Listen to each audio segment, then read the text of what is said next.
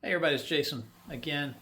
I keep saying I'm gonna make more videos, and then I keep getting busy and forgetting. Um, but I did just get back 2 weeks ago or so from a cruise. Went on with my wife and two of the younger children. Um, we cruised out of Spain and went to Italy and France and back through Spain. And we ended up staying in Spain for 2 extra days. I couldn't find any military stuff. I actually found a really cool museum that my son Shep loved. I'll throw some pictures up here. So this was near their, I think it's like their naval academy or something like that. But Shep was loving the cannons and the artillery, shells, and he was really getting into it, which was very good to see. He was very excited. They had a bunch of great flags. I think I was into it more than Bella was there.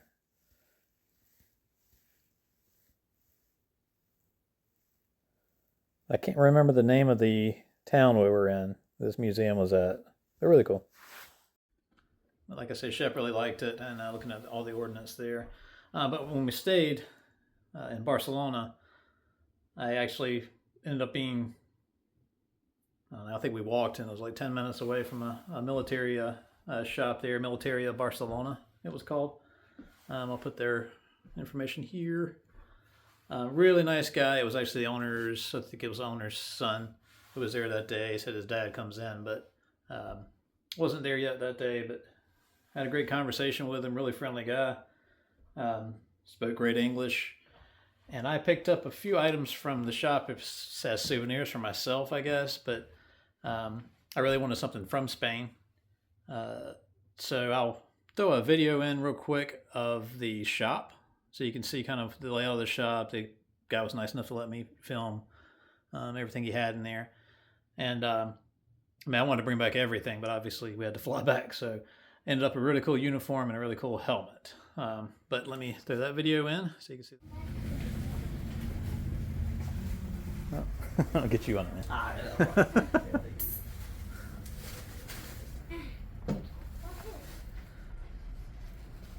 Well, do y'all ship to the U.S.? Yes. Is it possible if I leave my contact, if you happen to run across one of those, Yeah. you can just like maybe keep my name, Oh, it's perfect. and you might have better luck finding that than me, but.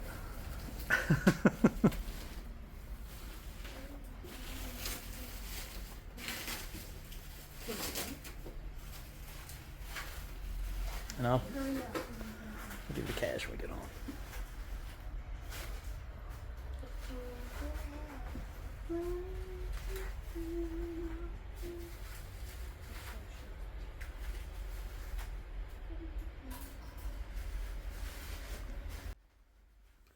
All right, so I figured I'd do a little voiceover for Sundays because there's no talking on this part. But anyway, the wall of helmets was just I wanted them all. I mean, there were some really cool helmets there, and I didn't end up picking one up, which I'll show you a little bit later in this video. But really neat to see so much in one spot. I know that we have shops here in the U.S., but to be so focused on, since we're in Europe, so many different European items was very interesting to see all in one store. I also bought a hat off of this shelf here, which I will also show after this video ends. I mean, all kinds of medals from England, Japan, China. I mean, all over the place. Had a very limited amount of U.S. medals. I had a good discussion with the guy about how much more the U.S. items cost there as opposed to here. Some of the medals I have that I paid $20 for, they had there for $100, or more. But really neat to see all this stuff. Like I say, it was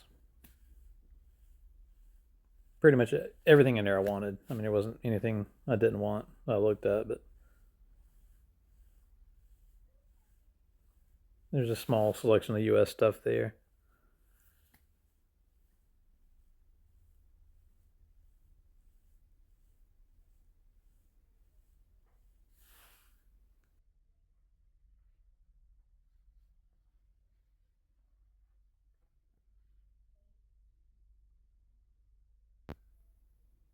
And over on this side, I had more of Japanese items, which I did look at quite a few things because I'm thinking about getting to the Japanese side of collecting, but also there's a lot of the German items over here in this area.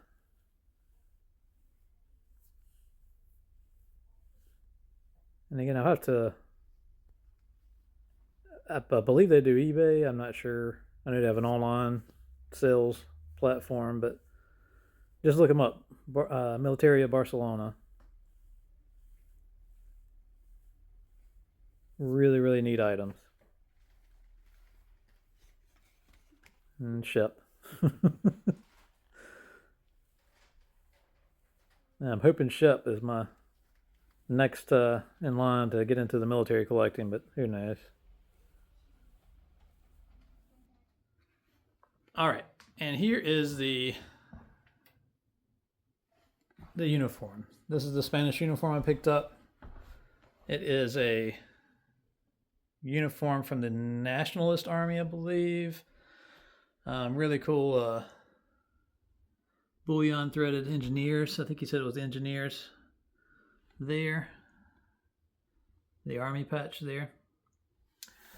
And these two stars on the sleeve are signify a lieutenant, I believe. But really what makes this super cool is that patch right there, which is the patch of the Phalange, which was the fascist, I guess, party. And the kind of squiggly bullion threaded lines there was supposed to, I think, signify that he was a battalion chief in the Phalange. And he said it was interesting with this uniform because they actually added a Phalange patch on, even though he was already, whoever had this uniform was already in the Nationalist Army. From a little bit of research I've done, and I could be wrong, I'm not up on my Spanish Civil War uniforms, but I think the style of this uniform and the patches and everything was around 1938. It would have been in service, I believe. It also does have the trousers. They're the cavalry style trousers that go with it. I wanted to get a cap, he said a visor cap would be the appropriate cap for this, but apparently it's even more rare to find one of those rather than the uniform is. And he suggested I not buy one just to throw together, which is smart. Hopefully he can find one in Spain there and I can make a deal with him later for one, but he said they're more expensive usually than the uniforms are. But anyway, a really neat piece. I'm not really into Spanish pieces, but now I'm kind of thinking, I took this old gun cabinet here and painted it, took the gun holders out since I don't use it anymore. I figured maybe I'll just start getting some Spanish pieces whenever I see them, whenever I can find them, and fill in, around the uniform. Maybe you need to have just some items, the Spanish Civil War era, a new niche to collect. But, and in that same shop, they had tons of helmets like you saw in the video, but this helmet here caught my eye. And it is the French tanker's helmet. I still got the leather there. And I think it's an M36. And it has the cutouts for the headphones, which is a different variation. But of course the French flaming bomb there was really neat. It's got the liner in it, and also the chin strap is still there.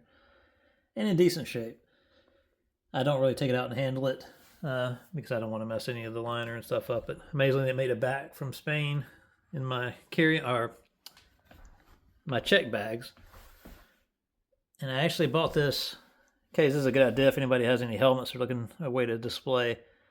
I bought this case at Hobby Lobby, and it fit the helmet perfect. It's a basketball display case. And I just got some wood from Lowe's, and on the top of that it's like a kind of a wood, it's actually the leg for a piece of furniture, but it's in a shape to help hold the helmet up without damaging the liner. And I actually built this little stand for it. Not perfect, but I thought it looked pretty cool. And I'll probably do some more helmets that way also. I think I'm going to do the bicorn. And they have a football helmet display case, which I think will fit that. But anyway, pretty neat pieces. I also did buy this Russian Afghan campaign boonie. only because I was in Afghanistan and I heard him mention it to somebody else who was in the shop, and I was like, that'd be cool to have. I don't really collect Russian, but since I was there, I figured why not. But anyway, really neat pieces. If I misspoke or misidentified something on a uniform, please forgive me. Feel free to comment. You're not going to offend me.